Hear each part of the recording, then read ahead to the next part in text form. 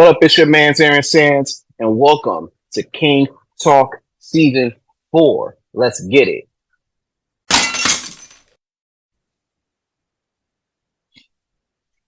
The views expressed in this episode of King Talk are those of Aaron Sands and not those of the Premier Boys brand, YPG Entertainment, or our respective streaming affiliates.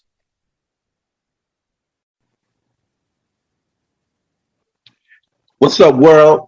This is the Chief Malimal, long live the Chief, and you're tuned into King Talk with Mr. Aaron Sands. Don't go nowhere, baby.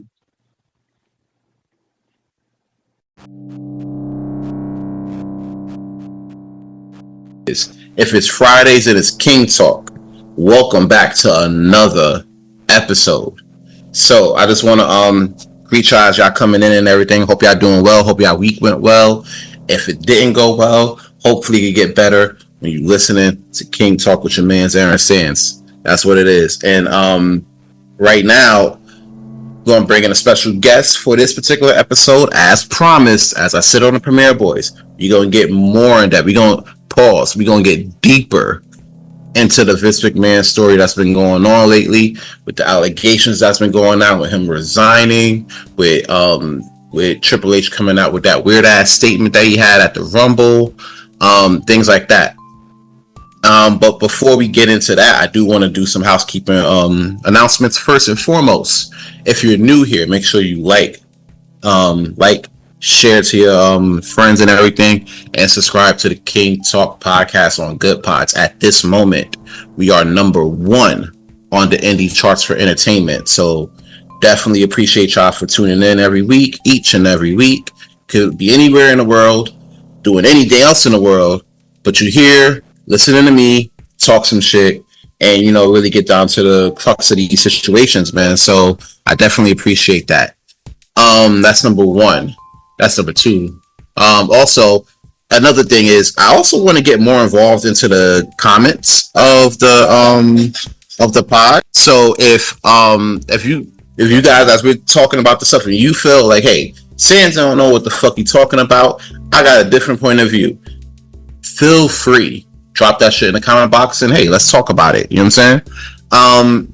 But first, before we get into the Vince stuff, before you get into the craziness, because going through these text messages and going through the affidavit on Premier Boys, we got into it a little bit, but there's one person that I didn't get their view on when it came down to this situation, and we got him here.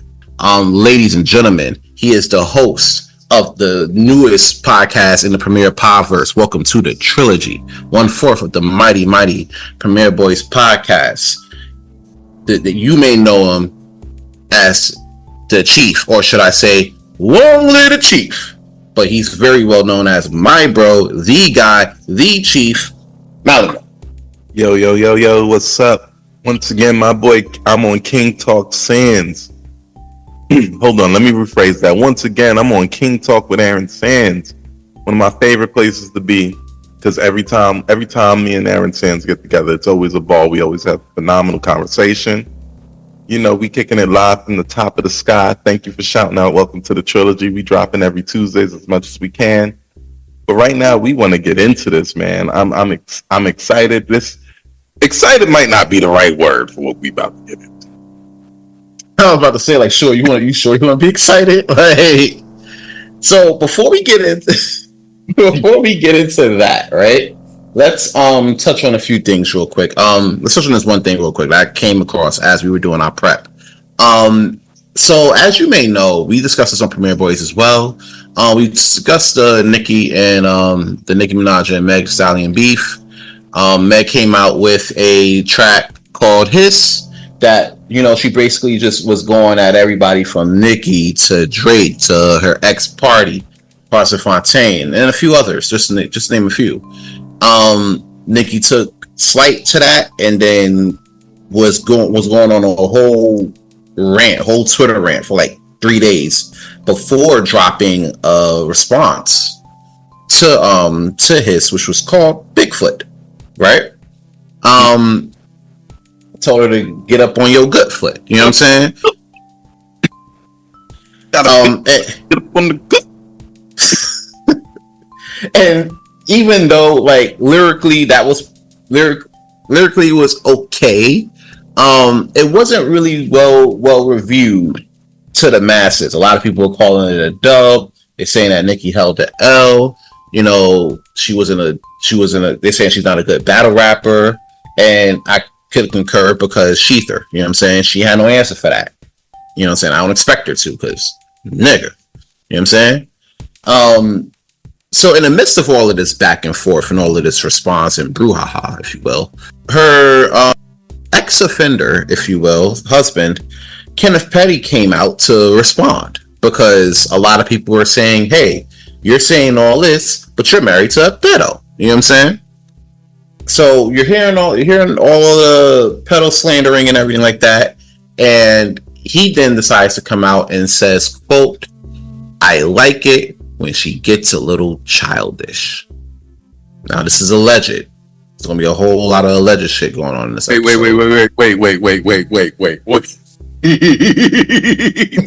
Wait. Because the thing is, what I do know is about the diss records. What you put me onto today is the response from the husband, right? I haven't really heard the diss records because other than Nicki yelling, "Get up on the foot," like nothing about it interested me, right? But he said, "What again? Could you please repeat that for the people at home?" I'll repeat it again, and I'm gonna quote it. You already know how I am with my quotes and my stenographer self. You know what I'm saying? He said, quote, I like it when she gets a little childish. This man unquote. Keep in mind, this man is on a list. And not the club list, if you will. The other list. The list that I gotta find, that I get notified on when one of the people on said list just happens to move into a new neighborhood. He's on a list of people that should not be allowed to live within a few yards of the school. Yeah, he can't pick up his kid from school, basically. Right. Alarms will go off. You know, shit gets a little weird, if you will. I want to get your thoughts on that comment by one Kenneth Petty. First of all, that loud guffaw that I had at the beginning, that was a part of the comment. That is hilarious. Like, how could you not run? How could you not see yourself running yourself into that buzzsaw? Like, I like it when she gets a little childish. Bro, do you know what you got in trouble for that everybody know about? And I don't know, because the thing is, I don't know, like if people view statutory differently than they view straight up, and in some cases it's different, but in this case it sort of wasn't. So, like, bro, you got a second chance at life. You got a super millionaire wife. She done had a baby by you, which means you in there. You know, you Stedmaning it up. I don't see why you couldn't think through that comment a little bit. You could have said, I like it when she gets a little petty. Because, you know, that's your last name. I'd have been like, you clever bastard. You said, I would have respected it. Right. Said, I like it when you get a little childish. Gambino. Like, it's like, bruh, that's rough. Because it's like, granted, you say you get a little, like, it reeks of like lack of self-awareness. Right. You know? I'm like, bro, are you not on a list? Does he not believe that, like, I don't think he believes that he's supposed to be on this list or anything like that. I don't think he believes that he's supposed to be on this list. Because if you know you got caught up and you believe that you got caught up, you're more careful than Mac. I like it when she gets childish. We know you do, sir. Yeah, I'm like, really, bro? Adultish. Because when you're acting responsible, oh, that's too much. Oh, God, no. Oh, turn off. Right. Weird.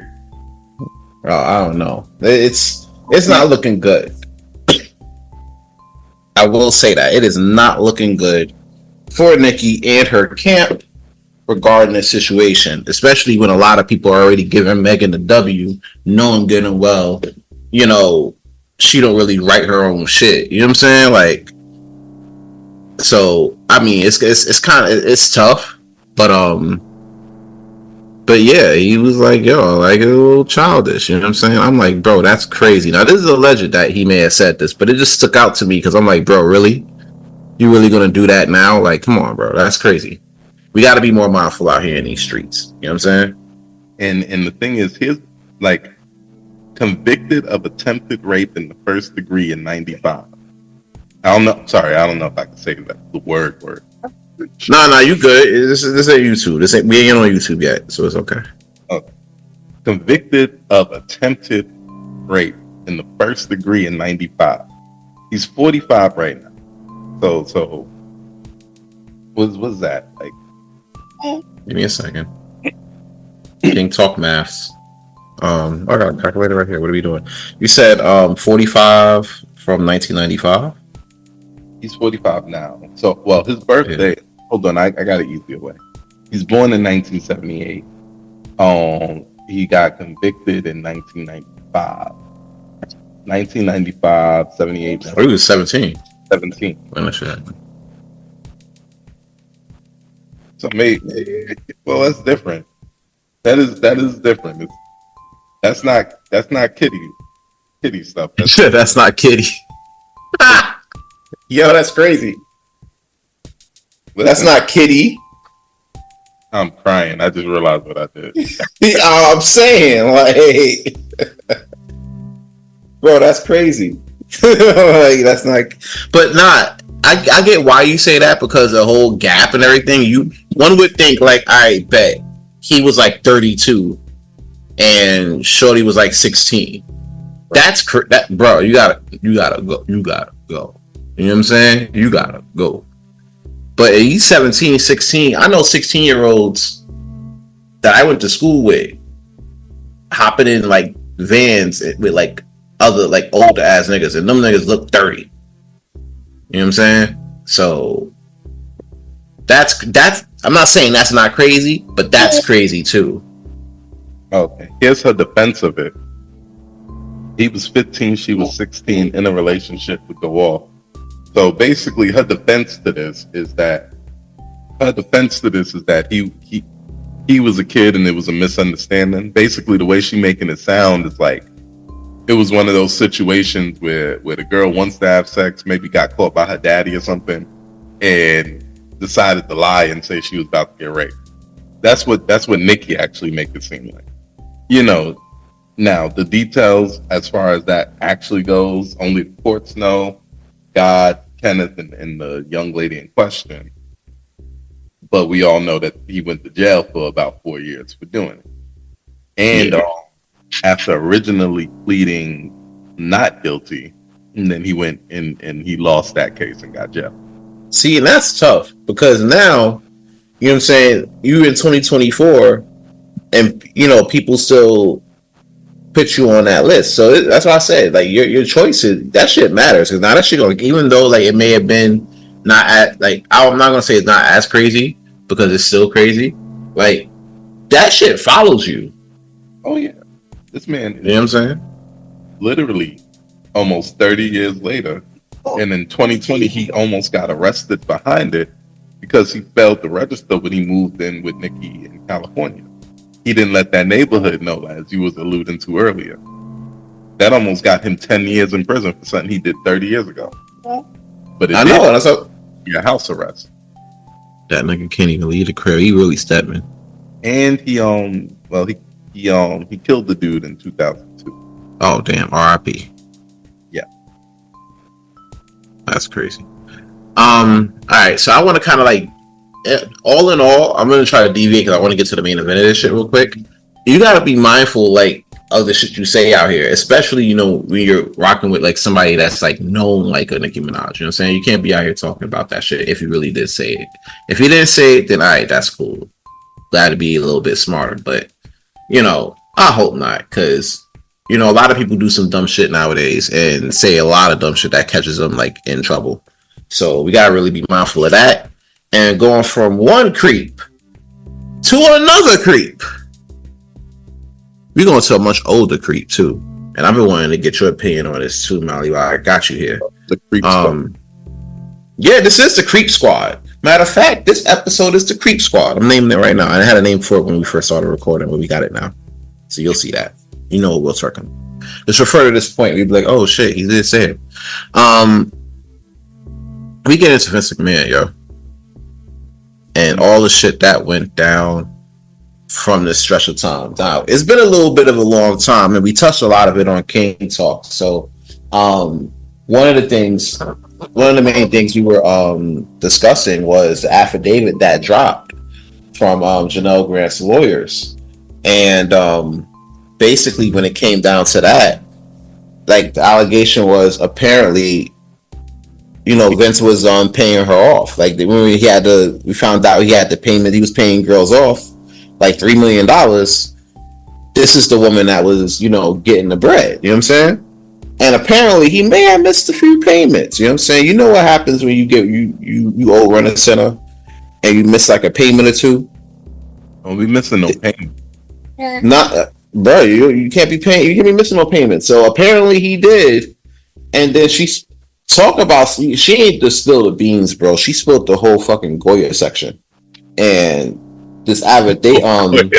It took me a second to register that. You're so good at this. Keep going. Nah, because it's like, bro, like she said everything, bro. You could have been like, all right, I'm gonna reveal this, but if you don't want me to keep going, make sure you do your payments at time. Like, she was like, oh, that shit didn't hit my account. I bet, and then spilled the whole beans and rice. Now, to be fair, King Talk or any of the Premier Boys, we do not condone paying off people or any of the shit in this allegation, because it's still allegation. You know what I'm saying? They still gotta figure it out. It's a civil case. It really comes down to the bag. It's not going to like criminal court or anything at that point. Because here's the thing. Because to be fair, people get outraged when I say that, but here's the shit. He been paying. You know what I'm saying? I could understand if it's like your first payment and you're like, oh, I'm not paying her, because it ain't true. You know what I'm saying? But you've been paying, and you've been paying in more ways than one, not just in bread, but bro, she got like VIP trips to WrestleMania, bro. She worked. He had her actively employed and was only talking to her allegedly about sex. Like, that was the only email she was getting. And I don't want to make light of this because I'm like, going off like this, because it's a serious situation. Like, on Premier Boys, I gave her a shout out because I like you standing up for yourself on some courage shit. You know what I'm saying? Because a lot of people be scared to release that. A lot of people be scared to take this first step. So the fact that she's actively seeing this through, you know what I'm saying? It takes a lot of courage to do that, and hopefully that inspires other people who really been through this. You know what I'm saying? To really speak out and step forward. You know what I'm saying? Because you'll find out that a lot of y'all faves are trash. So that's why you never want to meet your idol. But also bro, have an idol. That's the crazy shit, because I'm like, bro, what the hell? Like, it's always some shit. And to be fair, if you've been following this, you knew it would be like, if you follow like Vince's like path, right? You knew it would be some weird shit, because he kind of had a history of doing this. And we spoke about it on Premier Boys. We were talking about Rita Chatterhorn and that whole situation. We were talking about the massage parlor ladies in like Tampa Bay and all that. You know what I'm saying? Like, this is public. People, you look it up, Google it, it's there. You know what I'm saying? As I told y'all on Premier Boys, I was reading the affidavit. I was going through it, and it got worse and worse. I'm like, bro, it can't get worse than this. And then I had the Beanie Siegel voice in my head talking about, keep going. So I did. And I'm like, shit. And I have it on here on the screen. We have it here on the screen. And I invited Mally here. He wants to volunteer to do the text messages. So we're going to talk about it. We'll break those down, and then we'll go from there. So Mally, go ahead. I'm going to read the start of the text messages. It start off on the 100. If anybody else actually takes time to go look through the affidavit and things. That's one thing I do like about King Talk. He prioritizes like the real details over assumptions and feelings. So if you want to see the real affidavit, it's very Googleable. Around the 138th point is when they start showing the text messages that are allegedly from Vince. But for that, the other 137 points are mostly introducing how they met and then how the relationship turned into one of Vince basically using his money and his power to push this woman into a sexual relationship through her employ. The way she paints the picture is that she came into this broke, destitute, just coming off of a long period of time where she was taking care of her own loved ones in order to just get them to their final resting place. After they passed away, she was looking, to rejoin the workforce and start taking care of her own life again. And then from there, she kind of got this. So we're going to read the first text message. I'm going to do my very best to maintain Vince's voice throughout. Y'all work. Okay. Damn it. Gosh. I love it. That's you, Janelle. Nah, see, that was like, that went like evil villain. Nah, that was like 2002, bro. I can't really do his more recent one because he sounds older. Like he don't have that. Like he has that draw. Like he like old dog type shit. Right. I'm gonna do the Vince everybody knows and love. Damn it. You just can't get enough, Ken. In the future, it's gonna be so bad that you'll demand to be fucked twice a day. Oh my god, I can't say that like that. I gotta say that. Bro, that's what I'm saying. Like, this is like savagery as fuck, bro. So it's like, if you don't want to continue, that's fine. But I'm like, no. I'm gonna keep reading it. I don't know if I'm gonna try to keep doing the voice. Because that makes it funny. But now I'm the more you read, the more it's just like, oh man, weird, bro. Like, that you'll demand to be fucked twice a day, and not just with redacted and a three-way. And this apparently this message, based on the affidavit, was sent after she did have a threesome between Vince and a physical therapist. Oh my god. Why not let the others see the beautiful, voluptuous body and watch you shake uncontrollable when you come? They'll go out of their minds. Then I'll find more friends and we'll tie you up. Oh, okay, I'm reading it straight. Then I'll find more friends and we'll tie you up so you're helpless. I'll direct them to have their way any way they want. Who can make you scream the loudest? Maybe I'll just line them up and have them squirt in your mouth. Your pussy. bro, with an E, bro. I was upset about that on the Rumble prediction. Yes, that's what made me laugh at it. He really wrote it with an E. What's up with him? I'm like, you could at least put an accent on that shit, man. Like a little classy. Is that how old people spell pussy? Like, it's possible. I don't know. It was more. Shit was probably more proper back then, so they probably just put an E on it, dress it up. I don't know. It was weird as fuck when I saw it. I write it without the E. It's gonna make it too explicit.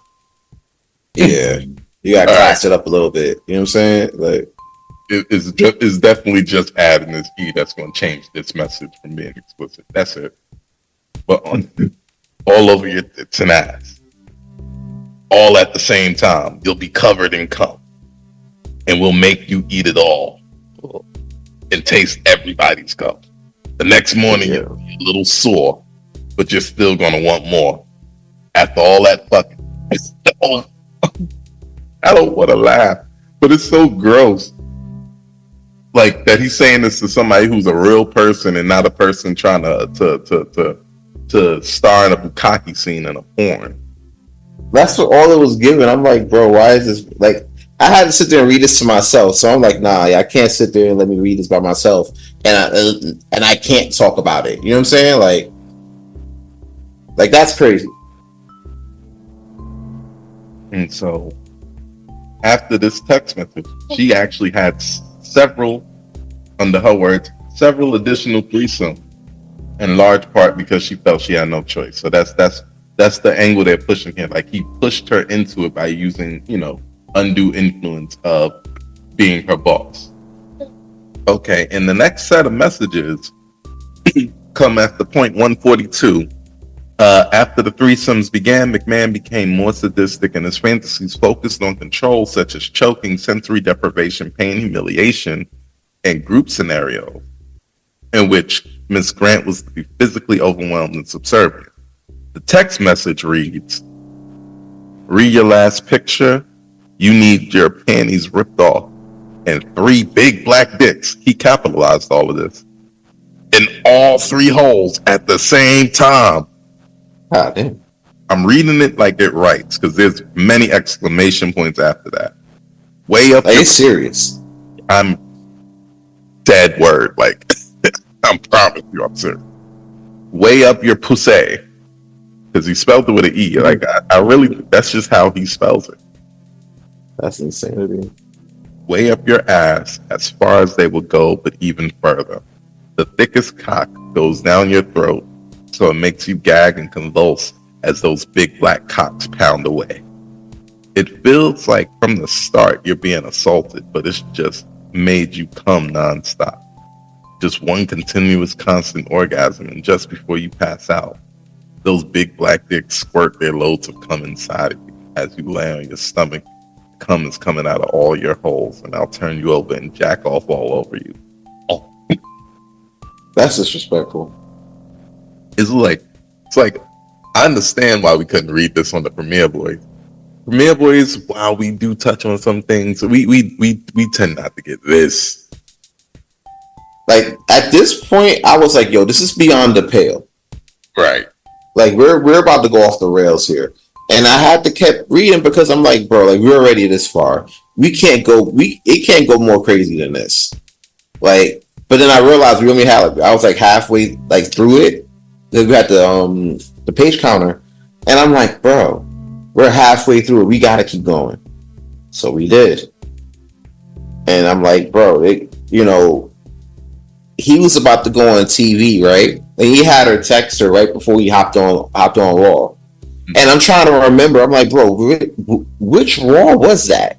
You know what I'm saying? Like, the worst part is it had to be a more recent Raw because Janelle alleges that this relationship only began when she got hired in 2019. There's only been 5 years. Now we've been pushing in the 6 years. No, I'm lying. There's only been 4 years. Now we're pushing in the 5 years. And this has been going on for a while. Like, she was there for over at least over a year, because by this point, by the time we get past that same message, we're in 2020, June of 2020. Yeah, like I'm seeing the dates. A lot of this is happening through the pandemic. this is probably during like the Thunderdome era. That's exactly what it is. Like just the era right before it, and then into the Thunderdome era. That's crazy because it's crazy. That's when like Raw was at like its worst. Like people wasn't really checking for it. No, Raw was still needed a lot of recovery by that point. Raw didn't really start getting good until like a year and a half ago, like when they really started forcing Vince to loosen his reins on the show. That's when they got like better. But like you talking 2019, 2020, you going in the Thunderdome era? Bro, 3 hours of that? Like, come on. It was rough. Montez Ford made it worth it a lot of times. Montez Ford, Asuka, I need to shout out the MVPs. Andrade, they made some of that worth it, but like the bland storytelling, the Geese title shot whenever you just felt like you wanted somebody to have a title shot, the constant forcing of Omos in positions where he would just have to lose eventually. And that's the crazy part. So I'm thinking about this. I'm putting two and two together. I'm like, damn, bro, this is like I could see why the product was like ass, because you wasn't focusing on the quality. You was focusing on the freak offs. Right. And if there is no other term that can perfectly encapsulate what we're reading through these alleged text messages other than freak offs, because this is some freak off shit. Like, this is the type of stuff that you and the partner and or partners, y'all all have to be depraved the same way for it to be okay. It can't be like you trying to snatch and pull somebody along for this. No. Y'all have to be already at this zone, consenting adults, fully consenting. She has to want it, you have to want it, for this to be okay. Any other scenario, it's not okay. And like 80% of the time, it's usually never okay. Exactly. You know what I'm saying? You might come across that like 2 or 3 ladies that be like, all right, you know what? I think I might be down for a freak off, and then actually be down for it. Right. You know, and I'm like, hey, to each his own. I ain't mad at it. Ain't nothing wrong with it. But everybody gotta want it. Right. And from what I've seen, most ladies, for the most part, don't want to be part of freak offs, at least of this magnitude. Right. What we're seeing is a lot of men using their power and their influence to get these women around them, and then they kind of have these women in the world, and they bend, and they try to get them to bend to their influence because of the influences that they have. Money is a huge influence. It's hard to say no to a billionaire, but it's disgusting. Like, if you're not this type of person, this stuff makes your stomach turn. This is nasty.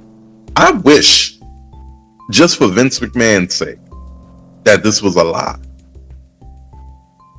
But also what we've seen of Vince McMahon, what Vince McMahon has even talked about himself. Bro, the Kiss My Ass Club? Not even just that, because that was weird in and of itself, but I guess we pushed past it since we put people's heads in Rikishi's ass. That's what we was doing around that time too. But even the Trish bark like a dog thing, I remember watching that, and I was only like, what was I, 11, 12 when I watched that, and it made me uncomfortable. And of course, that was the point. You put a villainous villain on screen, and you make them do villainous things to the women, but it went on for ages. It didn't have a direct comeuppance. I mean, a couple of weeks later, Rock had Trish Stratus shove Vince's head in the Rikishi's ass.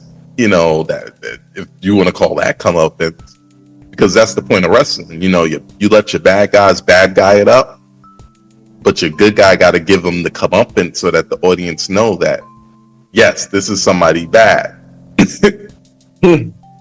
You can't just have this man have a grown woman get naked in the ring, basically bark like a dog. But think about what else was on TV around that time. You had people like Jacqueline doing with Braun Patty mud matches. He hired people like Stacy Keibler and Tori Wilson to do the same. And then when they stopped doing the mud matches, every now and then he just have them come out and do some fake sexy thing. Remember the foursome angle they had with it was Tori Wilson, Dawn, I can never remember her last name. What, Dawn Marie? Dawn Marie, there it is. Who else was in there? Was it Billy Gunn and somebody else? Jamie Noble. Was it Jamie Noble? Probably. Jamie Noble was in a lot of those type of matches, like with the ladies and everything. But either way, like, so you see there's a constant pattern of maybe when you could have like pushed them into a more wrestling based storyline, forced them to learn in the PC, and if they didn't learn, fired them, right? Because how long they kept Kelly without her being able to effectively do a move is beyond. Bro, she was in ECW, bro. Beyond. So it's like the end of that shit. And what was she doing in ECW? She was doing like strip poker matches and shit. Exactly. Extreme expose. She was being Mike Knox's overly controlled girlfriend. When Mike Knox is like, don't strip. The crowd is booing. And then the good guy come out and maybe he'll beat up Mike Knox or whatever, and then she'll happily strip. Remember, all of this is coming from the mind of Vince McMahon because he was the head of all creative. And you couldn't put nothing on TV without Vince's approval because it's his show. So it's like, you see this pattern of behavior and you hope that it's just to enhance the profile of his TV shows. But you also got to realize some of that stuff is coming from within himself. Now, once again, this is all allegedly. For all I know, he could just watch too much porn, right? Whatever. But I'm saying is the pattern of activity that we've seen over the years, the stuff that he wants to get off, stuff that he wants to put on TV, it hasn't been anything that would lead me to believe that he didn't do this. But you know, as that they're going to say, they're going to do it like YSL. It's like, oh, you can't use our lyrics to tell us whether or not we're guilty about these crimes because our lyrics are just lyrics. Meanwhile, every lyric is like, was Vince McMahon openly snitching on himself? The devil snitches on himself. Just saying. So let me you want me to get back into reading more of these text messages? Yeah, you can continue with the text messages. So this one is after point 147. By this point in 147, McMahon is openly sharing explicit photographs and stories about and of Miss Grant with the WWE crew at the taping, which is crazy to me. You pull up the Raw, yo, look at this pussy I just got. That's crazy to me. And that's the last thing you want to expect. You trying to pull up, trying to produce a show, and you like, hey yo, look what I had Shorty doing last night, and then you lit about that. I'm like, here's the thing: they probably didn't know like the backstory, which is one thing, but when you look back at that now, it was like, damn, like you was really excited for that, and you wanted to show us, like, you know what I'm saying? Like, that's right. Weird as hell. You're literally at TV. This is like more than your job. This is your business and your job at the same time. Like, this is the thing you spent the last 40 years building into a giant, and this is how you choose to put it in danger. Just open sexual harassment, because that is definitely sexual harassment. Even if she's not complaining about it yet, it's actually sexual harassment based on the bylaw. A group McMahon also referred to as her fan club, meaning he'd shown and told them these stories before and they were excited. That's the crazy part, because it's like, all right, you know people was looking forward to that and everything like that. It's tough to deal with, because she's coming in there like innocent minded about it, because she's trying to find work, get her life together after she loses her parents, and then now she's trapped up like that. So it's pretty fucked up for the most part. Mm-hmm. Very fucked up. Listen, there's a lesson in here. Sometimes I feel like God warns you, and maybe you don't listen to that voice all the time, but sometimes it'll be a small voice in comparison to the big voice of, hey, I want to give you a job with a lot of money right now, and I know you're hungry and you need it. And sometimes God is like, I don't think you should go down that road. Don't do it. But the voice might be a little bit. Now you're here. Now you're dealing with a monumentally powerful pervert. Okay, so here's the text. I just passed my phone around to a bunch of guys on the tech crew. They were screaming, OMG, she's fucking beautiful. Look at that ass. I'd like to get that.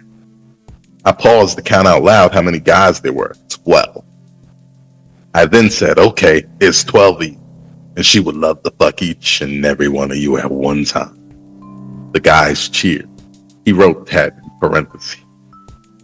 So weird. But she will only do it if she takes three at the time. That brought a huge reaction. She wants one deep in her ass, one way down her throat, and one in her pussy. And you can pound her and keep on pounding her until you pop your load. She may scream and try to say no, although it would be difficult to say anything with a cock down her throat.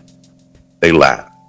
I then said, listen, no matter what, just pound away until you squirt. Baby, these guys were having a blast with me. Some of them didn't believe me, so I said you were the greatest fuck in the world. And no matter how much you get, you always wanted more. And then I said, she loves cum. Baby, these techs, as we call them, were having the time of their lives listening to my truthful story. I then said you would take a 10-minute break between each fucking, but then you would get back on your hands and knees with your ass in the air and say, okay, I'm ready. Who's next? She not Goldberg, bro. LOL. But he probably thought about it. I know he did. Yo, I'm like, the weird part about this is like, and I'm gonna keep saying that because there's so many, is that they kept talking, like, as you go in an affidavit, they were talking about how, I don't know, this is going to major pause before we get into this, and mind you, this is all alleged. Homie had like a collection of dildos and named them after the wrestlers. Oh yeah, I heard the story how he oh my gosh. I'm like, bro, that's weird as fuck, because you gotta work with these these are employees. He was calling one of them, he was calling the big black one Bobby Lashley. I'm like, hey, nah, I can never watch SmackDown the same. Like, bro, that's crazy. I don't want to see the Pride on TV no more, and that's bad. Nah, bro, like, that's it. No more Pride. The Final Testament gonna have to find something. Go beat up the LW. That's it. Yeah, they got to take a rest now too. Do something else, cause nah, that's some weird ass shit. But it's like, I'm like, bro, and I'm thinking about that. I'm like, nah, that's like, you never know. Like, you just never know, bro, until you see shit. You know what I'm saying? Like, it's like when somebody get like murdered in your town, and then you have that person on the news that be like, oh, this never happened in our neighborhood, but it could have happened in your neighborhood though. Mm-hmm. But you wouldn't think it would, like this. So it's kind of crazy. That's the thing, man. Like, I want people to be what's the word? I want people to be unbewildered about this. I need you to protect yourselves. Like, what I can read through this is that Ms. Grant was uncomfortable initially, right? Based on the affidavit, she was uncomfortable when he started talking sexual. But she let it rock until she found herself in a threesome. And then she kept finding herself in threesomes. You have to stick to your boundaries. You have to run early. Run early as you possibly can. Because once a real evil-minded pervert, sadistic, somebody caught up in their demons, once that happens, you're gonna get locked in through manipulations and stuff, and it's a wrap. You gotta listen to that first voice every single time. Damn the money. The money is not more important than your body, because sometimes you just gotta say no. Right. You gotta leave it all on the table. Yeah, you're not gonna have sex with me, I'm gonna fire you. All right, boss. Well, you fired me. You know what? She could have turned around much quicker and with a lot less damage to her body and got 50 million out of it. Quick.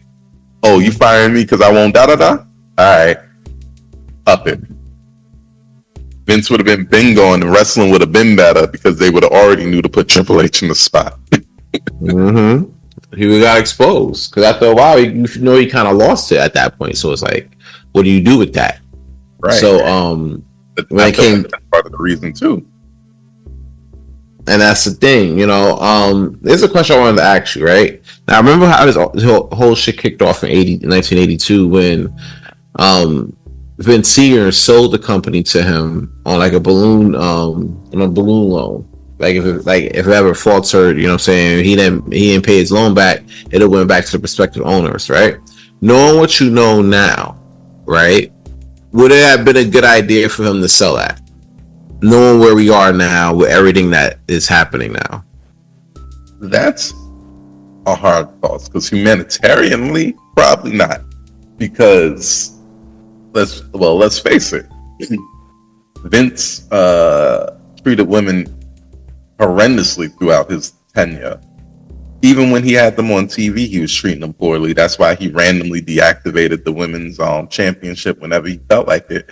He was so careless with it that when he did just randomly let go his champion, she pulled up on a whole nother company with the belt still. That's how careless he was.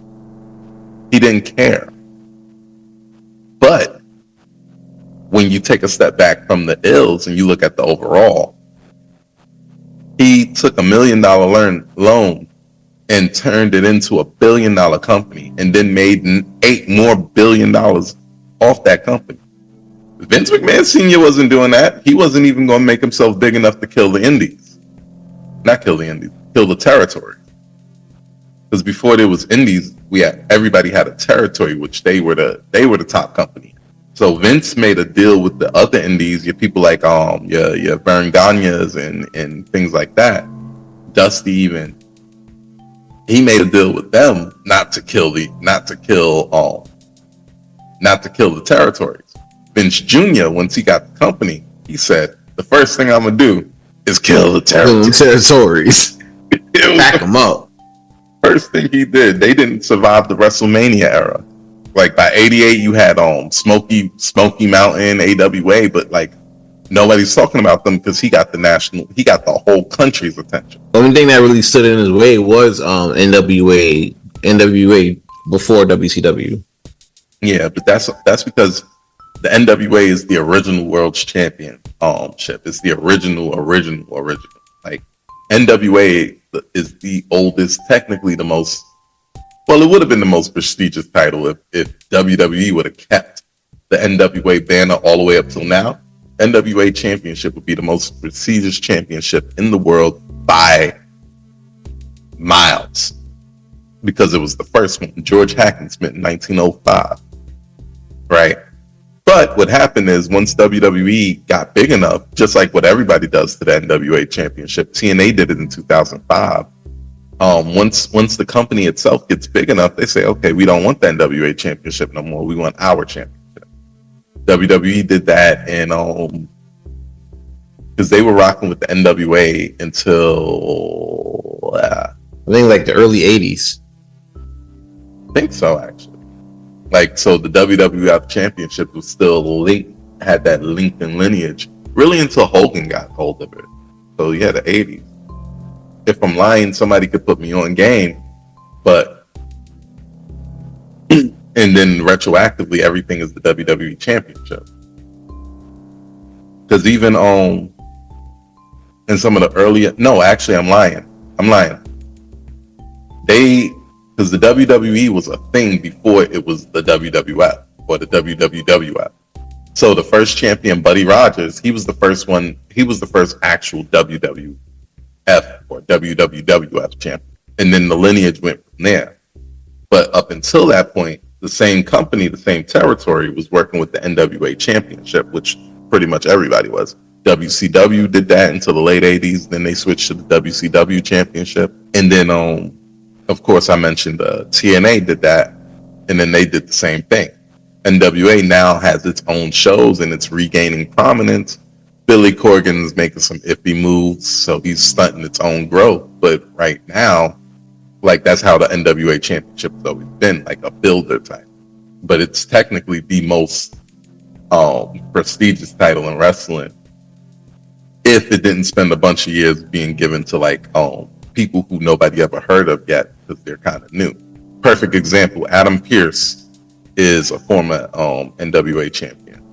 He was like a 5-time or like a 6-time NWA champion. Right. He was a great NWA champion, but he didn't have no name value for whatever reason too, because I watched a few of his older matches. He had some old matches with Hangman Adam Page before he was like Hangman Adam Page. You know what I'm saying? Mm-hmm. But good. He's a God, Nick Aldis, he come out of NWA. He's like one of the longest reigning champions, which is crazy for this storyline that he's in now with the bloodline and everything. So saying the same thing. He had the 1,000-day reign. I think Cody ended his reign. Mm-hmm.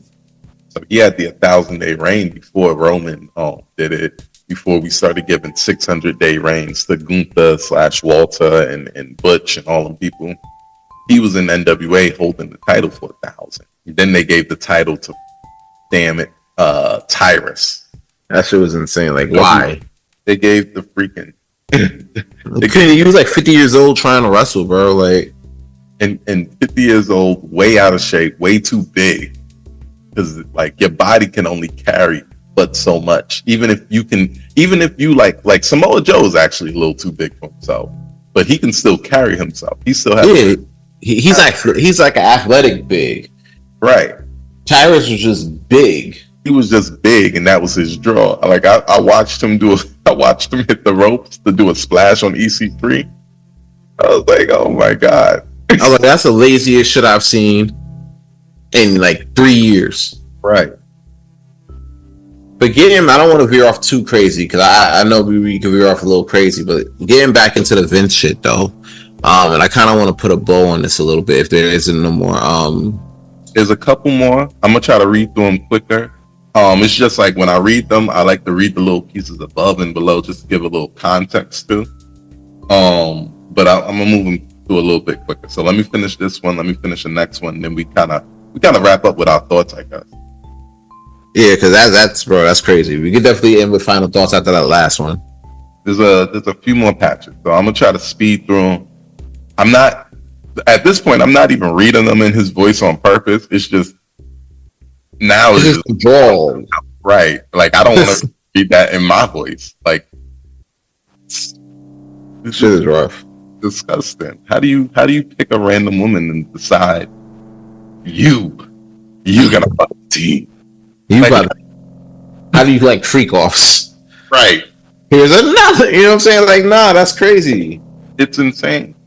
And then just talk to her like this, like nobody can tell you nothing. See, that's pride. That's pride and disrespect mixed together. Yeah, I basically finished this. He went back to he finished that up with once again talking about cum leaking out of all her holes. Hey yo. Disgusting shit. He wanted her to establish a schedule for when she was dealing with other men, including the physical therapist and John Laurinaitis. So here's Ace in there, Johnny Ace, which is crazy because that's about to ruin his whole marriage because he married the Bella's mama. How you fumble the bag like that though? Crazy, right? Crazy. How you fumble the bag like that though? Like you like, oh damn, you hit. Oh, that's your girl. Oh yeah, I'm trying to hit that too. But Johnny, you're married. Yeah, but listen, she get that ace crusher, it's gonna be a wrap. I'm like, bro, that's crazy. And it's alleged, by the way. Allegedly, John Laurinaitis went in Raw after she asked him multiple times to use protection. She got sick. She started losing weight from all of this. My boy John Laurinaitis was happy though, because Vince told her that he hugged him like a bear and thanked him 12 times. Now we're getting into 2021. Here's another. Okay, this is Vince asking her to establish a schedule to sleep with all these other men and things like that. And this is and there's going to be a part in here where she attempts to say, "Okay, I don't want to do that." Exactly, baby. He's not the only one. Redacted. Called me this afternoon begging to eat you and fuck you with his nice and hard dick. Hey, yo. I don't want to laugh. This is the most outlandish but also disgusting shit I've ever heard be alleged to be attached to anybody. Is this how people really talk to people? Apparently, I don't know. Like, I don't be knowing what's going on in in people's DMs, but I'm like, if it's remotely like this, I'm like, bro, we gotta do better as a culture. It's in the asteroid, my nigga. Like, boy, like, all right, Jesus, son. Anyway, I think it's getting about that time. Like, this is getting crazy down here. Like, I've seen like girls' DMs, and the crazy part is, it's like when it's like this, you already know what to expect out of like the profile picture, the profile of the person. Usually, the person looks completely unkempt. They got the neck beard. You know, they you don't expect it out of a 70-year-old billionaire. But no, at all. Because, you know, it's like, oh, people normally say like, oh, well, he's a millionaire or he's a billionaire. Why would he need the rate? And it's like, bro, that's money doesn't matter with that. It comes down to your mindset. If you got a fucked up mindset, then you know what I'm saying? Like, it can get kind of crazy. if you got a messed up mind state, what happened for Vince is exactly what's going to happen. It's going to make it easier for you to get away with this stuff. It's going to make, like, you're going to literally, if you have this type of energy in your heart, when you don't have money, you're going to be the weirdo in the DM. Soon as you get money for real, you're going to be the weirdo in real life, because now you're going to think you're somebody. You're going to put some money on the table. You're going to put some propositions, and some people are going to take it out of desperation. And you're going to think that you're something. Meanwhile, you're just a disgusting pervert. That's it. Like, I don't want to be judgmental about people's kinks and stuff like that, but when you're using any level of power and influence that you can find in order to force people into your kinks, you're disgusting and you're a pervert. That's it. Fact. And honestly, that's really what it comes down to. So it's like, you know, it's not about money or like, you know, your appearance and everything like that, because really, you can really be anybody sitting there going through a situation like this. You know what I'm saying? So these sectors are insane, bro. I said my name on the chat was Big Talky Sands. I ain't got much talking at me on this one. Because what can you say? Like, the thing is, and I want everybody to forgive my laughter. Like, me and my family, we deal with tragedy through laughter. That's why so much of it, that's why everything that we go through, we could still get up and keep going. So we deal with a lot of tragedy just by laughing at our pain, right? It's the absurdity of the levels of disgusting that this is the thing that keeps getting. It's so absurd. And it's also goofy. Who's talking?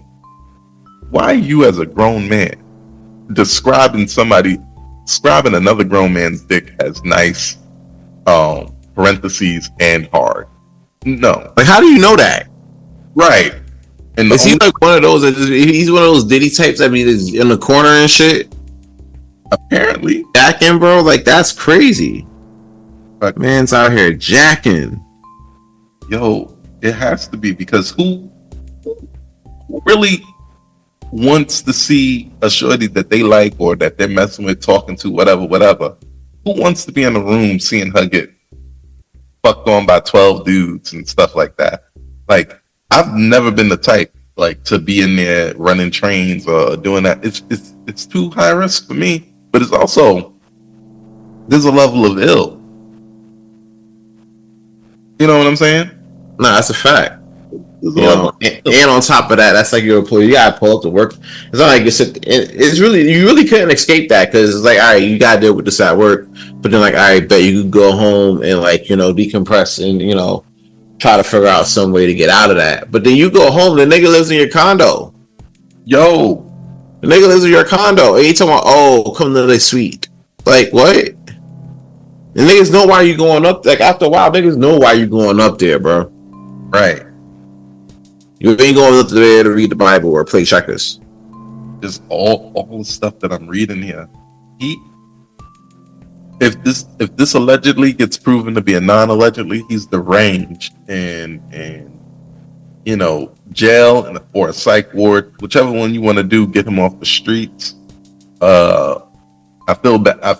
Honestly, if this is the case, like, putting the company in the hands of the people is probably the best idea ever, because had the TKO deal not have happened and then this all came out, WWE was going down in a flaming ball. Yeah. He had to sell it. I feel like he, like, during this whole situation, like, he was working on this deal while he was going through all of this. You know what I'm saying? You're absolutely correct, because the timestamps, it's a $9 billion deal. They've been working on it for a couple of years. It's a $9 billion deal. Those don't just go through like you went to the corner store and you threw $1 on the damn thing and walked out with your Arizona.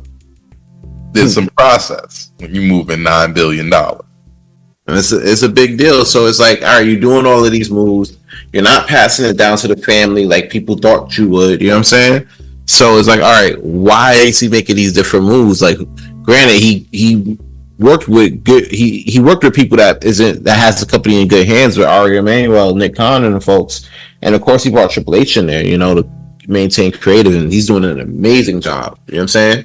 But what scares me about that is the whole anonymity of the corporate officers, because in the affidavit you have like corporate officer 1, corporate officer 2, corporate officer 3. You know what I'm saying? And they're like heavily involved in this situation. Now, Ari Emanuel was talking about anybody who was like either close to Vince or is close to the situation, they getting packed up.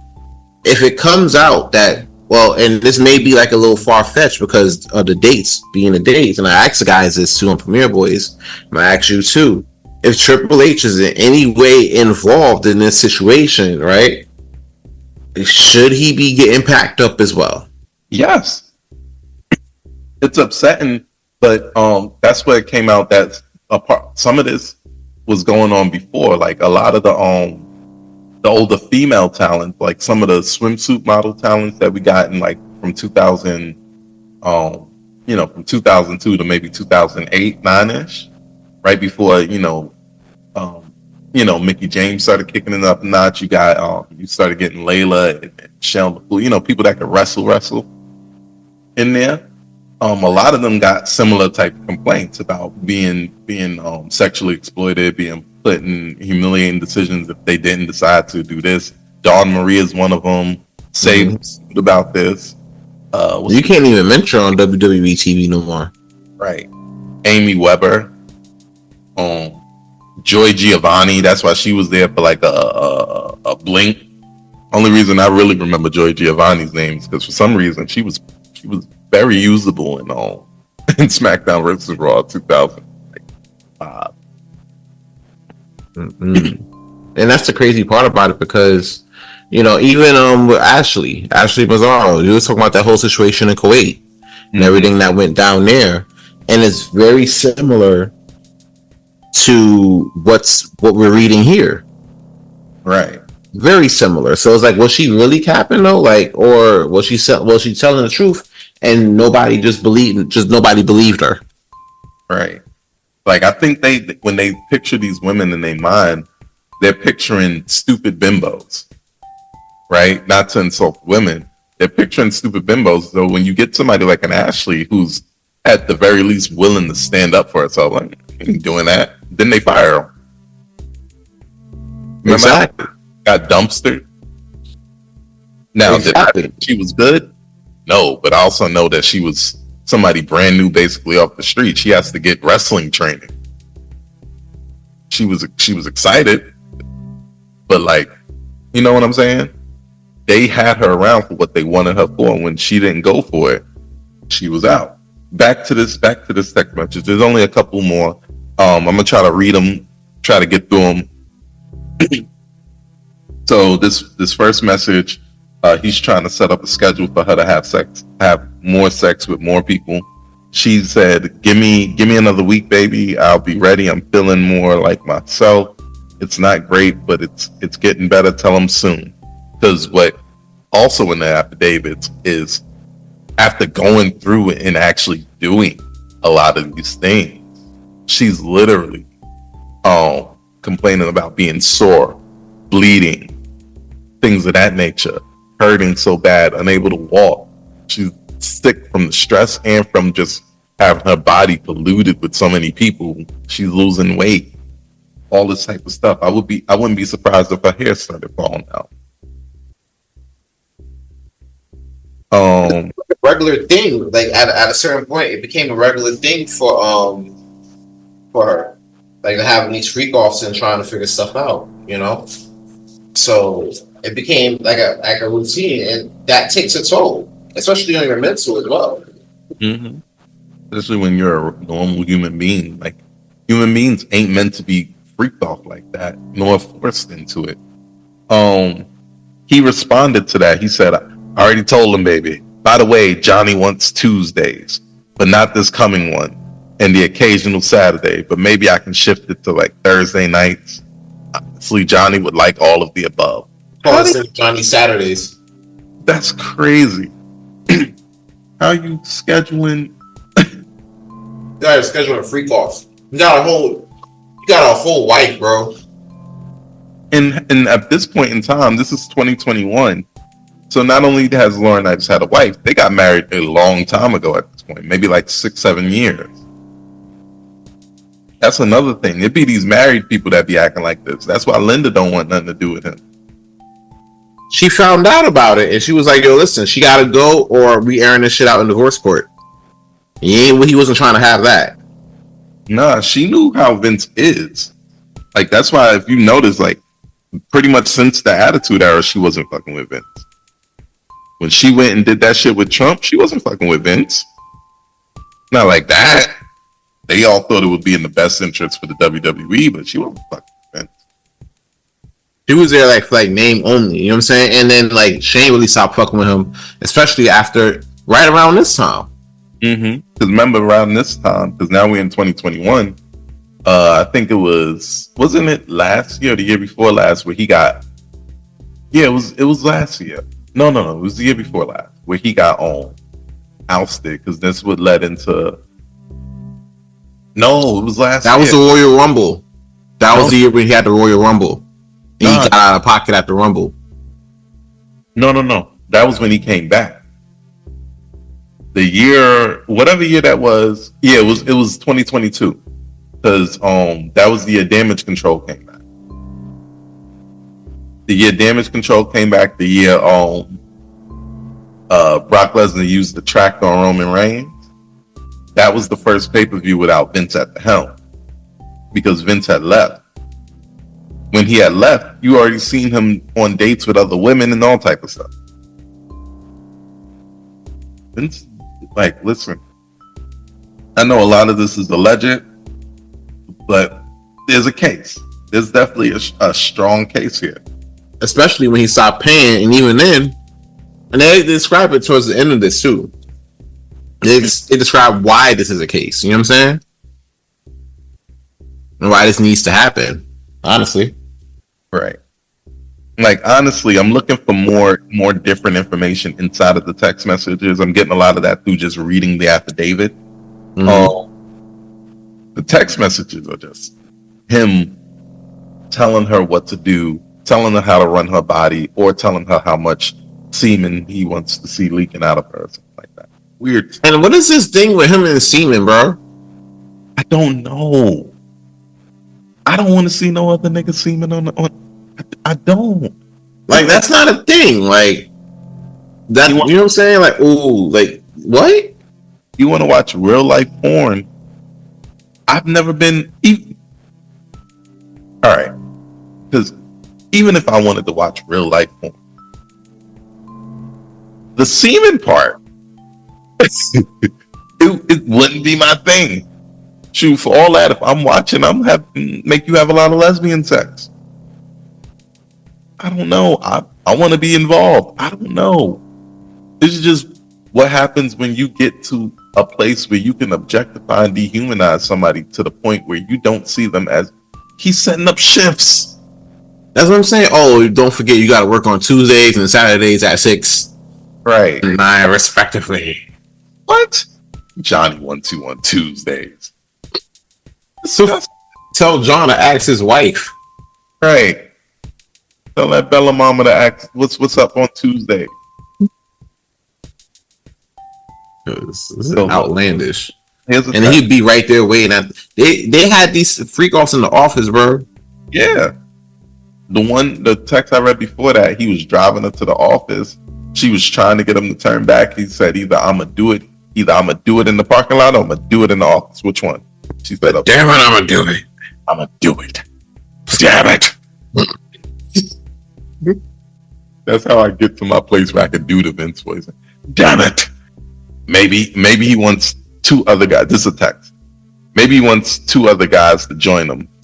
Holy shit. I don't like saying holy in person. This is a text. You've told him you would do anything with him. So if he surprised you with 2 others, you have no alternative than to take them on. Once again, with a lot of exclamation points. OMG, the stories you could tell me then. And this is the other weird part. He wants her to get freaked off by other people, then come back and tell her. It's like Vince McMahon said, ain't no fun if the homies can't have none. That's what I'm saying. I'm like, damn, like that's wild though. So it's like, all right, I'll let you hit my shorty, and then when you're done, you need to come back to the crib and tell me about how that went. Right. I want her and you to tell me how. What? Like, how was it? Like, what? What you mean? How was it? How was it from your side, Johnny? As good as I told you. Damn it, it was told you. Oh wait, do your Johnny. It was a very good Sunday afternoon. I really enjoyed myself. Damn it, Johnny, you deserve it. You work hard around here, Johnny. I try to bring that people power so I can get that pussy power. That's wild. I'll see you on Saturday. You're damn right you will, Johnny. Like, that's fucking crazy, bro. Like, nah. Like, you out here scheduling freak offs for old girl, bro. Like, okay. What's the next one you got? Hold on, let me finish reading. What was that? Alternative. The stories you could tell me. It makes me want to come right now. By the way, I just thought of what I think is an excellent idea.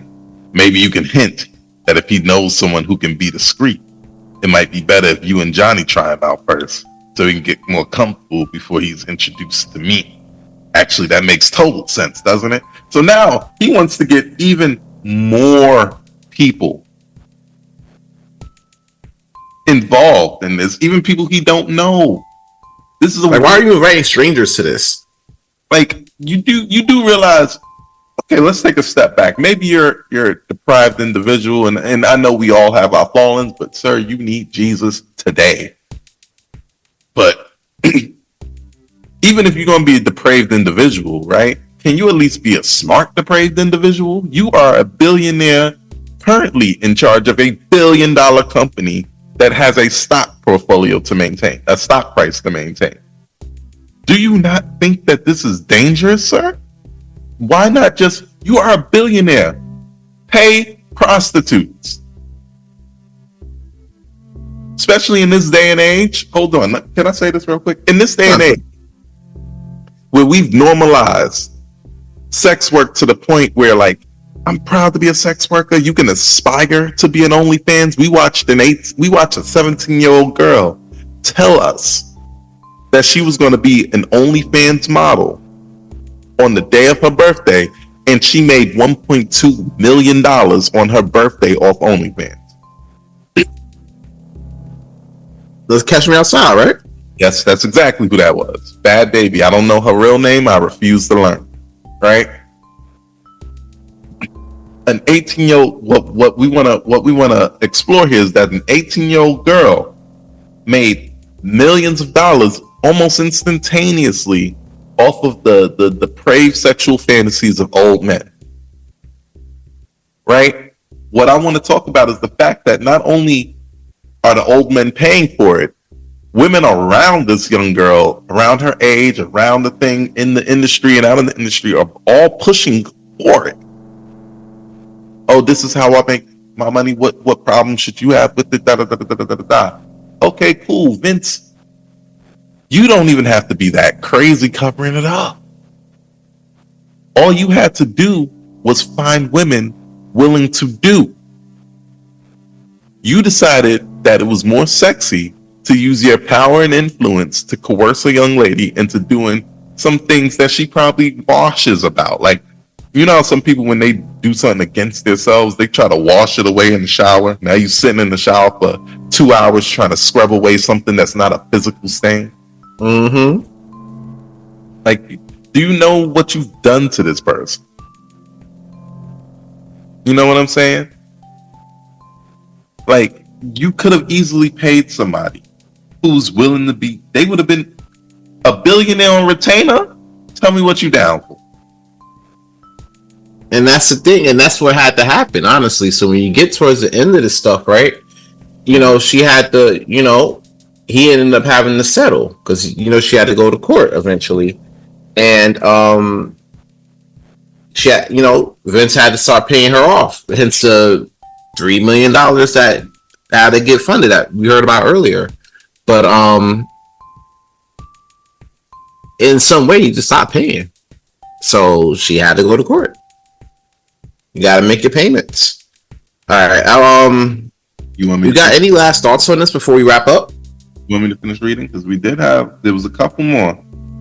Or you want me to just go through it, or you wanna call it a wrap here? I'm gonna call it a wrap here because it only gets worse from here. From what we know. You know what I'm saying? But one thing you get into, which I just seen you stop and scroll on, is payments that were made, like the stuff that she had before. That the stuff that she was getting like gifted from Vince. Vince was giving crazy. All right, so gifts given to the plaintiffs during time with the WWE and association with Vince McMahon. So from 2019 to early 2022, so this is 3 whole years.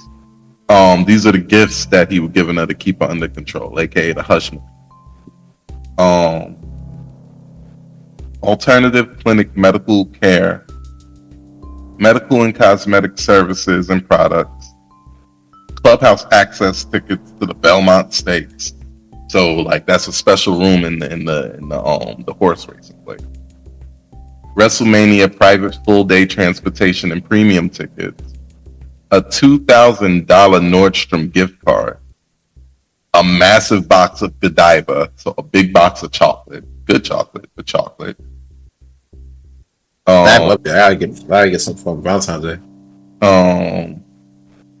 In 2020, he gave her $20,000 towards the surgery. A pearl diamond paved lariat necklace from Betteridge in Greenwich. Cashmere knee-length cardigan. A blue Burberry check cashmere scarf. He's up in the money. Blue cashmere fur hat.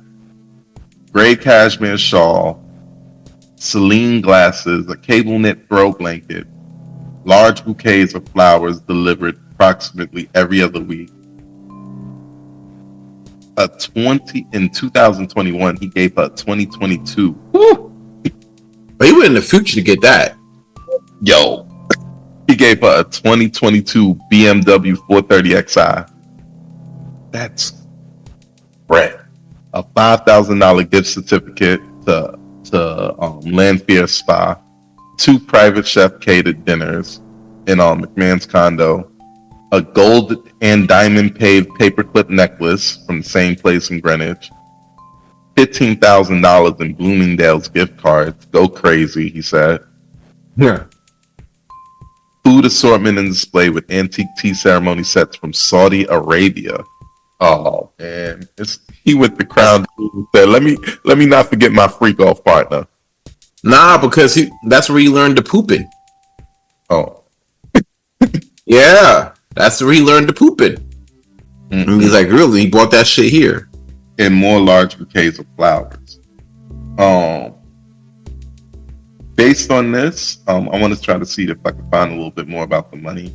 So he basically quit her cold turkey in April of 2022 after it got to the point of an actual rape, but also pushing her to sign an NDA. Yeah, she was like pressured to sign an NDA, and she just ended up signing it. She had no choice. He needed her to sign the NDA. He needed her to sign the NDA in order to try to make the deal with everything else go through. Because remember, around this time, around 2002, going into 2023, that's when he started getting in hot water for the stuff he was doing in the 2000s. So he was forcing her to sign the NDA while actually literally forcing her to have sex again, or threatening her with sex. She was supposed to get paid for the NDA that she signed, and he was supposed to cover her medical care and the taxes for the $1 million that he gave her, but he refused to cover these costs. And we know Vince is very much like that, because that's how he basically treated Bret Hart. And other territories he bought, talking about he was going to pay them X amount, but only really paid him like a third of that. Mm-hmm. Vince is definitely one that's willing to go back and go under on a deal, which is bad. Like, you're a billionaire. Why are you going back on your deal? Exactly. Especially if you got it. You out here buying like paved diamonds, which are pretty expensive. I looked at the store, and it is pricey as all outdoors. I'm not gonna hold you. Like, just the amount of stuff that he gave up: premium tickets and full day transportation to WrestleMania, and then diamonds, and then pearls, and then cashmere scarves, money towards surgeries, a 2022 BMW, and you know it was new. So to put this all in a bow, right? Mm-hmm. Got a couple questions, right? And I know you answered one of them with the Triple H situation, right? But all of this coming out, right? And now you got WWE with no McMahon really touching it. And I remember it brought me back to like WrestleMania 2000 when the main event was like a fatal four-way, and like there was a McMahon in every corner. Right. And now it's like none of them are even there no more. So what do you think that would mean for like the industry as a whole? Would it make it it'd be better or worse without him there? At this point, we've already seen that it's low-key better. Because even over the last 10 years, which includes the dead zone that was maybe 2010 through 2016 or 2009 to 2016, if you don't count the brilliant Rey Mysterio Chris Jericho feud, and there was a couple other good ones in there. Wrestling was a wasteland, and it's mostly because of McMahon's involvement. A McMahon running the show at the helm. We brought back Shane McMahon to do what? He came back. It was fun because, we missed Shane McMahon. Very fun until he started trying to book himself to be the strongest guy on earth. Like, we're watching him snuff out people like Brock Lesnar for you know what I'm saying? They beat the Big Show one time. I'm like, what? Yeah, like all this type of stuff. Stephanie McMahon, she was on TV emasculating at all of the wrestlers. Nobody gave her a comeuppance until they decided to hire Ronda Rousey. So were the McMahons actually making TV better after a while? It became one of those things of what's good for the goose is not necessarily good for the gander. Like, it became just, okay, you had your place, this was your time, okay, you're still here. Okay, you're still doing too much. The Authority storyline almost killed my momentum completely. Like, just watching the Big Show and Kane slowly snuff and dump over people, it was the most boring thing on earth. Nah, facts. And you know what it was? For me, it's like, it's tough because you get used to seeing the same people at the top of something that's like really successful as WWE. But then when you look back at everything, it's like, all right, now what? You know what I'm saying? Like, especially with things being like the way they are now, with production getting better, things are moving forward. And I was saying this on the Premier Boys, you got companies working together now that you wouldn't think would even like work together, in 5-10 years ago. You know what I'm saying? Right. Like, you would never see people on TNA pulling up to the Royal Rumble like that, Right. So now you're seeing that grow. You get to see what's happening in the future, and now you're having more eyes on it as well, especially with the Netflix deal and everything like that. So I think about it like this: like, wrestling's going to move forward regardless.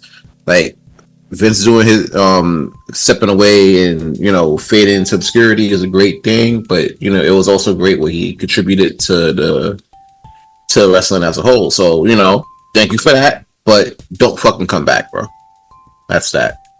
Is right. Like, I think Vince for getting wrestling to where it is, but like at this point, it's like me thinking R. Kelly for getting R&B to where it is. Right? because yes, you are a strong factor, especially in a lot of the more modern R&B artists. But you are also a reason a lot of people don't trust that type of music in the first place, because you're singing some of the sweetest things at points in time, and then you turn around and you're doing some of the most depraved behaviors. It's the same reason why, like, women who you like. Let me ask you this: if you notice the change, like in the 60s, 70s, the music, it was a lot of baby please, a lot of I love you, a lot of you're my ain't no mountain high enough to keep me from you type thing. And as time goes on, they say that's corny, that's played out. They say, oh, I don't want to hear that no more. But I'm starting to think it's because that the only reason people are saying these things is because they're trying to trick people into giving them the draws. Right? Well, that's kind of the thing, though, because the things change. You know what I'm saying? People, like, you're right. Back in the days, people were basically loving love, right? And then now it's like, all right, now we just focusing on clapping. We ain't talking about love. We trying to get to this bag. And honestly, that's what it is now. You know what I'm saying? So yeah, things like that do change. You know what I'm saying? It does change. That things either evolve or they stay stagnant or like they devolve. You know. Mm-hmm. And in this case, like, and I said this about R&B, like on Premier Boys podcast, it kind of devolved into something like a lesser version of itself. Right. And I strongly believe that's just because of that influence of R. Kelly, one, where his music became more sexual, even though some of it was more loving. But also the idea that, like, people are like R. Kelly, they can sing, they can say the prettiest things to you, they can give you the nicest things, but at the end of the day, all they want is a sex slave in a dark dungeon. In this case, what we're reading from Vince McMahon, all he wanted was a pretty little pass around that he could throw away when he was done, which is what he really attempted to do. Promise her $2 million plus $500,000 a year, but only give her $1 million and tell her fuck off. And that's the crazy part. And then and the only worst part about that is you're doing all of that, and then you're not even paying. You're not even, like, at least maintaining your end of the bargain. Like, you had this person sign an NDA, promising that you're gonna make sure they're financially, like, sound, and it's anything but. And you get upset when people wanted to speak out. Right. You didn't do your part,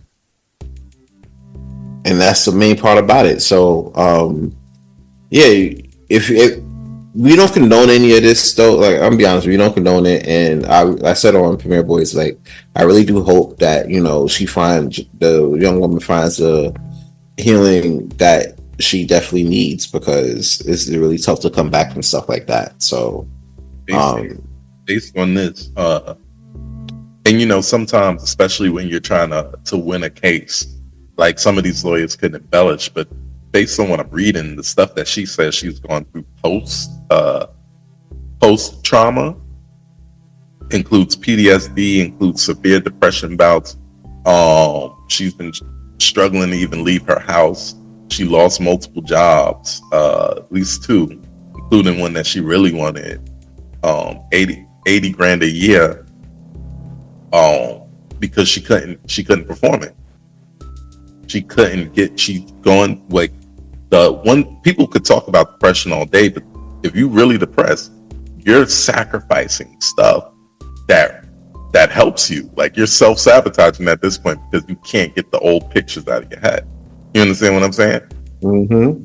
Like, I have no idea what she's going through. I pray she finds the Father and gets clean and gets her soul cleansed. Because to be treated like that, like, what my boy Common said, being treated like meat is devouring. That's crazy. Mm-hmm. So, Janelle Grant, you know, wherever you are, if these allegations are very true, I once again, I pray, you know, for healing of your soul. I hope you're okay and you can find it in your heart to live happily and love happily again. Vince McMahon if these allegations are true. I hope you find Jesus.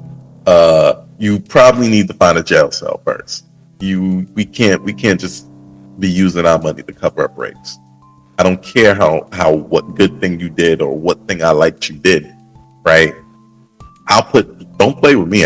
I'll put the whole WWE on an R. Kelly list. Thank God that, wrestling is wrestling. Yeah, and on top of that, there's way too many. There's so many options now, like that people can check out. So decent options too. Like New Japan is really good. AEW good if you want to see some stuff you don't see all the time. Plus, if you want to see WWE stars with different names, shout out to Adam Copeland. Like that's a real name. You know what I'm saying? Like Christian Cage. They even got Nigel McGuinness over there on commentary. Go eat it up. Exactly. All you need is Mauro Ranallo and you good. Like you got NXT all over again. Right. They got Taz over there, his son, Samoa Joe. Go eat it up. Right. TNA is on fire right now. I'm gonna say that. I'm watching that tonight. I watched matches from the actual show last week. I watched Trinity's last match. There's very good options. So I'm hoping that this was a Vince thing, a Johnny Ace thing, depraved old man thing, and not like something that was so deep within the company. Even though if you read this affidavit, now this is something I kind of want to ask you about. Mm-hmm. If you read when we were reading through the affidavit, Vince McMahon had gotten so chatty about what he's doing with this woman that it effectively stopped anybody else in an official role, because she was actually in an official role within the legal department, from taking her seriously at any level. They referred to her openly as Vince McMahon's air quotes bitch. Wow. And that's the thing, like you trying to find a career to build yourself and try to make a living with, and you're not even taken seriously at all. And it's like, after doing all that too, you would think he would keep her name pristine. Nope. But when you think about it, like when you're bragging to everybody about, like you say, he was bragging like to the tech team and everything like that. Damn, like, tech team. God. Continue. Nah, he was. So it's like he didn't really care about it like that much, especially you've seen from what the text was talking about. So, I mean, it's tough, but hopefully, there's some justice to be had here. And hopefully we get some justice from that. So, until then, this has been another episode of That King Talk with your man Aaron Sands. I want to thank y'all for pulling up. Mally, I want to thank you for pulling up and going through this and sharing your view on this case with me. You want to let them know where they can find you at? I definitely do. Before I do that, I want to greatly thank you for bringing me on, remembering me on this episode. I definitely like to talk about this stuff to bring a full roundness to it and just let us know what we're dealing with out there in this world. Please be careful, everybody. I also want to apologize for the dad moments. Still working on that. There's a lot of moving parts when it comes to that. So thank you for being very patient with me. With that being said, I don't have Ken here, but you did it pretty good earlier. Can you give me one more? Lonely the Chief. There you go. They call me Malimal. I'm live from the top of the sky, and I want you guys to tune in every week, every Tuesday, every Saturday. We're going to be dropping episodes of that show. Welcome to the Trilogy. What is Welcome to the Trilogy? Well, let me tell you what, because you asked, right? What it is generally I want this to be a discussion that guides us into our 30s, right? If you're anything like me, you weren't even supposed to make it to your 30s, right? Nobody really had a plan for you in your 30s. We were surprised we made it to 21. Well, now we're here, and maybe we need a little bit more guidance. So I want to have the conversations. I want to have the discussions that kind of help us through that, right? So Tuesdays and Thursdays. Other than that, follow me. They call me Malimal. You can find that on everything. So at They Call Me Malimal, Malimal. TCM Malimal on Twitter, on that X. Also follow the page for the podcast, To the Trilogy on everything. The number 2, The Trilogy. With that being said, I'm gonna kick it back into the hands of the master plan right here. And you already know what it is. I want to thank y'all for tuning into another episode of That King Talk. You can find me at Aaron Sands Premier. That is Aaron Sands Premiere on IG and Threads. Link in the description. King Talk Sands on Good Pods and Twitter. Link in the description. I said subscription. That's crazy. Premiere Boys every Wednesday, all streaming platforms. You already know what it is. We are back at it, season 4. New episodes of King Talk coming back next Friday. Matter of fact, next Friday, and I think it's either this weekend or next weekend. But basically, the next episode is going to be the 3-year anniversary episode of King Talk with your man's Aaron Sands. So grateful to make it, this far doing this, and I definitely appreciate y'all for rocking with me. Definitely be turning it up next week on that one. I may be bringing in Roddy Rod for that one, so stay tuned for that. But until then, it's your man's Aaron Sands, and we are out of here.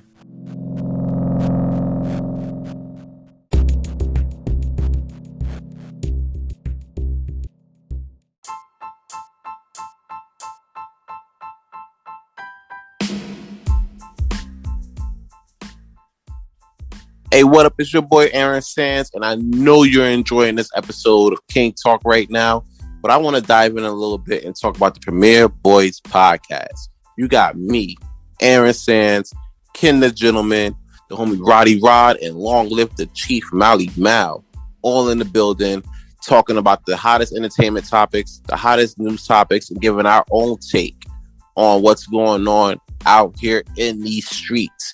It can get raunchy. It could get crazy. You might even be talking about somebody's mama. Who knows? But every Wednesday at midnight, check us out on Apple, Good Pods. Don't forget to drop that 5-star rating and all wherever else you hear your podcast. Now back to the show, man.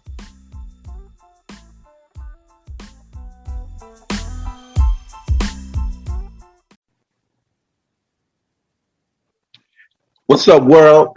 This is the Chief Malimal, long live the Chief, and you're tuned into King Talk with Mr. Aaron Sands. Don't go nowhere, baby.